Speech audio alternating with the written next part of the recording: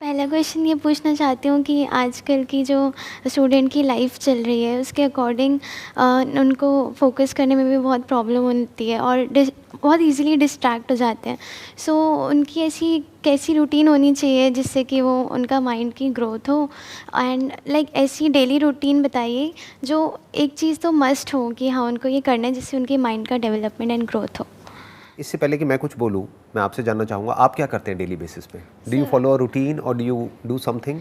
Yes sir, मैं सुबह जल्दी उठ के एंड थोड़ा एक्सरसाइज एंड उसके बाद फिर अर्ली मॉर्निंग मतलब थोड़ा साफ़ सफाई भी करती हूँ। और क्या करते हो? घर की सफाई। अच्छा, घर की सफाई करते हो।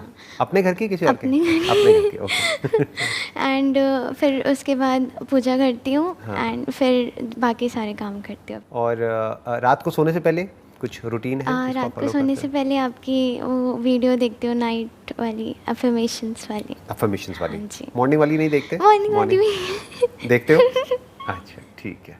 तो सबसे इम्पोर्टेंट क्या है एक स्टूडेंट के लिए, या सिर्फ स्टूडेंट के लिए नहीं, कोई भी पर्सन हो, किसी भी एज ग्रुप का हो, उसके लिए सबसे इम्पोर्टेंट क्या है जो डेली बेसिस पे उसको करना चाहिए? आइडियली एक जर्नल मेंटेन करनी चाहिए, यानी कि एक डायरी जिसमें कि डेली बेसिस पे दिन के एंड में आज क्या क्या हुआ, उसमें से जो मान लो सबसे बड़ी अचीवमेंट थी, कुछ ना कुछ तो अचीव किया होगा ना दिन में। Yes. दिन में कुछ अच्छा भी हुआ होगा, कुछ बुरा भी हुआ होगा। तो दिन में जो सबसे अच्छा हुआ उसके बारे में डिटेल में लिखो। इससे क्या है, सोने से पहले आप एक ग्रैटिट्यूड वाले जोन में चले जाओगे। And gratitude is the centre point of all virtues in life. जिसके अंदर ग्रैटिट्यूड नहीं है उसके अंदर पेशेंस नहीं है, उसके अंदर खुशी की बातें हम कर सकते हैं लेकिन एक्चुअल में खुशी, कंटेंटमेंट, पीस, ये सब चीज़ें हो ही नहीं सकती बिना ग्रैटिट्यूड के। तो सोने से पहले उस डायरी में ये लिखना है कि आज सबसे अच्छा क्या हुआ। मिनिमम एक, maximum could be depending upon कि भाई आपकी लाइफ कितनी अच्छी है, कि अगर आप 2-3 चीज़ें भी लिख सकते हो तो बहुत बढ़िया है, बट एक तो लिखनी है डेली बेसिस पे रात को सोने से पहले। प्लस उसके साथ साथ में उस डायरी में या अलग से किसी पेपर में सबसे इंपॉर्टेंट आपको क्या अचीव करना है अगले दिन में, उसको भी प्रायोरिटाइज कर लो। जैसे हो सकता है आपको 3 काम करने हैं जी। उसमें भी आप प्रायोरिटाइज कर लो कि सबसे इंपॉर्टेंट ये है, फिर सेकंड प्रायोरिटी पे ये है, थर्ड प्रायोरिटी पे ये है। एंड कहा जाता है ईट द फ्रॉग फर्स्ट। जो ऐसा काम है जो आपको करना बिल्कुल भी पसंद नहीं, उसको सबसे पहले करो। यूजुअली हम क्या करते हैं, हमारी ब्रेन क्या करती है, उसको सबसे एंड में डाल देती है, फिर वो काम होता ही नहीं है, फिर वो प्रोक्रास्टिनेट होता रहता है। तो जो भी काम आपको लगता है सबसे इंपॉर्टेंट है उसको टॉप प्रायोरिटी पे डाल दो। You must have something to get excited about for the next day. बहुत ज़रूरी है कुछ भी ऐसा है जो मेरे को आज मैं जिस भी लेवल पर हूँ उससे एक स्टेप और आगे ले जाएगा। अब मेरे को मतलब क्या, मेरी स्किल को, मेरी नॉलेज को, मेरी अंडरस्टैंडिंग को, जो भी मैं काम कर रहा हूँ उसको, या मैं अगर तैयारी कर रहा हूँ किसी चीज़ की उसको, या मैं जो पढ़ाई कर रहा हूँ उसको, या पढ़ाई के अलावा और क्या क्या चीज़ें हैं जो साथ में करी जा सकती हैं। जैसे आप इंजीनियरिंग कर रहे हो, राइट? Yes sir. तो उसके साथ साथ में और क्या किया जा सकता है, कितना कुछ किया जा सकता है। यस सर, बहुत। आज की डेट में तो पता नहीं क्या क्या किया जा सकता है। आज की डेट में तो इन्फिनिट ऑप्शंस हैं। जी सर। आप किस में कर रहे हो? आईटी में कर रहे हो? Yes sir, CSIT। तो उसमें there are so many things which you can learn, जो कि आप फ्री में भी सीख सकते हो ऑनलाइन। बहुत सारे ऐसी वेबसाइट्स हैं जहाँ पर क्रैश कोर्सेज अवेलेबल हैं, तो अपनी स्किल को आप डेवलप कर सकते हो। वहाँ पे आपको सर्टिफिकेट भी मिल सकता है। मतलब यहीं बैठे बैठे, दिल्ली में बैठे बैठे ऑनलाइन आज की डेट में हार्वर्ड से, स्टैनफोर्ड से, ऑक्सफोर्ड से, पता नहीं जो भी वर्ल्ड की जो बेस्ट यूनिवर्सिटीज़ हैं वहाँ से सीख सकते हो। अब ये सब क्या है, ये इंपॉर्टेंट तो है लेकिन अर्जेंट नहीं है। अर्जेंट क्या है कि मेरे 2 दिन बाद एग्ज़ाम आने वाले हैं। जो वर्ड मैं यूज़ करता हूँ ना, खच्चर, ये आपने सुना होगा। हाँ जी सर। यस सर, सुना है। यस।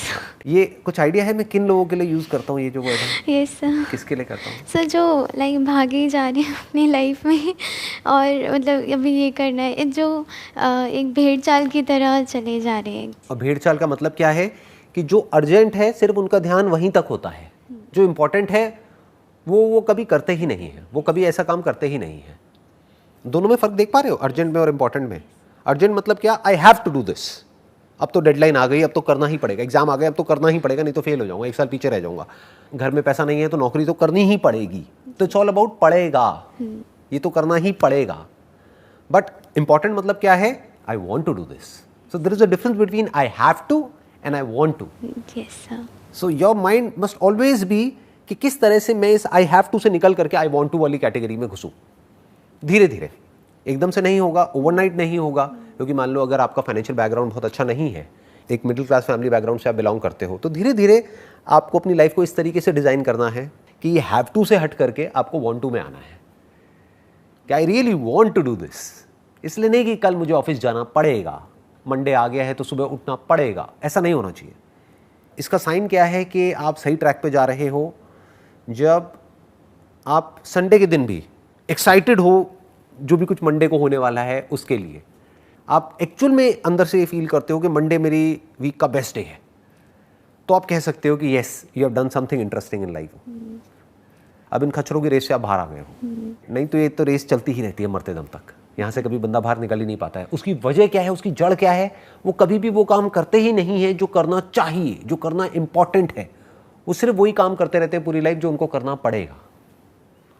तो वो करो जो इंपॉर्टेंट है, दैट इज रियल ग्रोथ। इसीलिए मैंने क्या कहा, वो जो जर्नल है या वो जो डायरी है या जो भी पेपर पे आप लिख रहे हो, उसमें टॉप पे वो लिखो जो सबसे इंपॉर्टेंट है। May not be urgent but सबसे इंपॉर्टेंट है।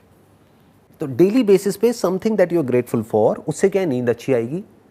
नींद अच्छी आएगी तो सुबह अगले दिन आप एनर्जी के साथ उठोगे।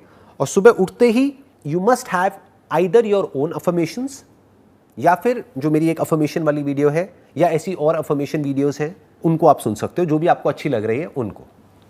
हो सकता है मेरी वीडियो इतनी अच्छी ना लगे, तो जो अच्छी लगे उसको सुन लो। नहीं सर, अच्छी है। अच्छी है बहुत। चलो शुक्र है, किसी को तो पसंद आई। Yes sir. आजकल स्टूडेंट्स मोस्टली ऐसे हैं जो नाइट आउल कह सकते हैं हम उनको, जो रात को लाइक अपना काम करते हैं एंड फिर अर्ली मॉर्निंग वो सो जाते हैं। तो सर क्या आपके अकॉर्डिंग ये रूटीन ठीक है? क्योंकि फिर उनके दिन की शुरुआत तो फिर आफ्टरनून में ही होती है। इसका कोई हार्ड एंड फास्ट रूल नहीं है। जैसे जानवरों में भी दो तरह के होते हैं ना जी। कुछ हैं जो रात को जागते हैं दिन में सोते हैं, कुछ है जो दिन में जागते हैं रात को सोते हैं। ऐसे ही इंसानों में भी बेसिकली हर एक का बॉडी कंपोजिशन अलग अलग होता है। तो कुछ लोग हैं जो रात को ज़्यादा अच्छे से अपना काम कर सकते हैं। मान लो पढ़ाई करने का काम है तो उनका ध्यान पढ़ाई में ज़्यादा अच्छे से लग जाता है, ज़्यादा आसानी से लग जाता है रात के वक्त। या फिर कोई है जो क्रिएटिव फील्ड से है तो उसको रात को आइडियाज़ आने लग जाते हैं। जैसे मुझे पता नहीं क्या है कि मुझे सुबह 6 बजे का टाइम है मेरा, एक 5-6 बजे का, रोज़ नहीं लेकिन कभी कभी हफ्ते में 1-2 बार ऐसा होता है कि अपने आप ही 5-6 बजे नींद खुल जाती है और कुछ आइडियाज़ आ जाते हैं। तो मेरे लिए जो बेस्ट टाइम है that is around 5 AM to 6 AM। तो हर एक के लिए वो अलग अलग होता है। लेकिन ये मैं बात कर रहा हूँ आज की डेट में। आज से कुछ साल पीछे चला जाऊँ, मे बी 15 साल पीछे, तो मेरे लिए जो बेस्ट टाइम होता था आइडियाज़ जनरेट करने का, that was at night, maybe at 1 AM 2 AM। तो ऐसा कुछ नहीं है कि जैसे लोग बोलते हैं ना कि भाई ऐसा ही होना चाहिए, वो बकवास है। क्योंकि हर एक की बॉडी अलग अलग है और वो भी टाइम के साथ साथ चेंज होती है, एज के साथ साथ चेंज होती है। तो आज की डेट में आपको समझना पड़ेगा कि आपकी जो बॉडी है वो किस टाइम पे एक ऑप्टिमम लेवल पे होती है वो काम करने के लिए जो आप करना चाहते हो। तो किसी को ब्लाइंडली फॉलो नहीं करना है कि कोई है जो आकर के बोलता है कि भाई सुबह 4 बजे उठ जाओ, तो ये नहीं है कि 4 बजे उठ जाओ। हो सकता है उठने के बाद में आपको नींद आ रही है, आलसी हुए पड़े हो और इधर उधर गिर रहे हो, पढ़ रहे हो, व्हाटएवर, क्या फ़ायदा उसका? उठ के करोगे क्या? That must be the question. Yes sir. You need to understand your body and work accordingly. अपने पूरे दिन को उस तरीके से प्लान कर लो। सर नेक्स्ट क्वेश्चन ये है कि लाइक हम आजकल बहुत ज़्यादा जंक फूड का इंटेक करने लगते हैं एंड हमें पता होता है कि हम रिफ़ाइंड फूड खा रहे हैं और सब कुछ कर रहे हैं। इवन फैमिली में भी रिफ़ाइंड शुगर का यूज़ किया जाता है लाइक चाय वगैरह में। सो सर इस चीज़ को और अगर खा लो ना तो फिर उसके बाद रिग्रेट होने लगता है कि हाँ आज ये खा लिया। तो सर क्या वो फीलिंग ठीक है या नहीं? रिग्रेट तो होना ही चाहिए, क्योंकि अगर आपको पता है कि रिफाइंड शुगर नहीं खानी चाहिए, क्योंकि उसको बोलते हैं सिंपल कार्ब्स, वो एकदम से हमारी इंसुलिन को स्पाइक करती है और फिर एकदम से गिरा देती है। तो एनर्जी एकदम से बढ़ती है, एकदम से गिर जाती है। फिर जब गिर जाती है फिर वापस से हमको शुगर चाहिए। तो एक लूप बन जाता है। That is not good for your body, that is not good for your mind. तो अगर आपको ये बात पता है फिर भी आप गलत काम कर रहे हो और आपके अंदर रिग्रेट आ रहा है, तो रिग्रेट अच्छा है ना। बिल्कुल ऐसा है, कोई फॉर एग्जांपल ड्रग्स ले रहा है और उसके अंदर रिग्रेट आ रहा है यार मैंने ड्रग्स क्यों ली, तो वो रिग्रेट आना चाहिए। जिसके अंदर नहीं आएगा वो तो रोज़ शुरू हो जाएगा। ऐसा होता है कि मतलब जैसे अभी मैं बहुत कम इंटेक करती हूँ, जैसे कभी कहीं बाहर जाना हो तब, बट जब कभी कभी भी करो ना तब भी फिर वो रिग्रेट आने लगता है बाहर कि आज खा लिया हो। मैं आपको आइडिया देता हूँ। फॉर एग्जाम्पल आपकी वीकनेस है शुगर, तो अब आप क्या करोगे, इसको जोड़ दो किसी ऐसे काम के साथ जो आपको करना पसंद नहीं है लेकिन इंपॉर्टेंट है। ओके। फॉर एग्जाम्पल आपको एक्सरसाइज करना पसंद नहीं है, तो इसको जोड़ दो एक्सरसाइज के साथ कि अगर मुझे शुगर खानी है इतनी कैलोरीज, तो उसकी एक बेसिक सी कैलकुलेशन होती है कि मान लो अगर आपने 15 ग्राम शुगर खाई तो इंटू 4 कर दो, 60 कैलोरीज हो गई। तो अगर 60 कैलोरीज मुझे शुगर खानी है तो मैं पहले 120 कैलोरीज बर्न करूंगी, फिर 60 कैलोरीज खाऊंगी, तो कोई दिक्कत नहीं है, वहां पे रिग्रेट नहीं होना चाहिए। आपने क्या किया, इसको जोड़ दिया किसी ऐसे काम के साथ में, इस रिवॉर्ड को जोड़ दिया किसी ऐसे काम के साथ में जो करना चाहिए लेकिन आप करते नहीं हो। तो इस तरह से अपनी लाइफ को मैनेज कर सकते हो। सर एक और पूछ लूँ? अभी भी रह गया है? कौन सा क्वेश्चन है बताइए।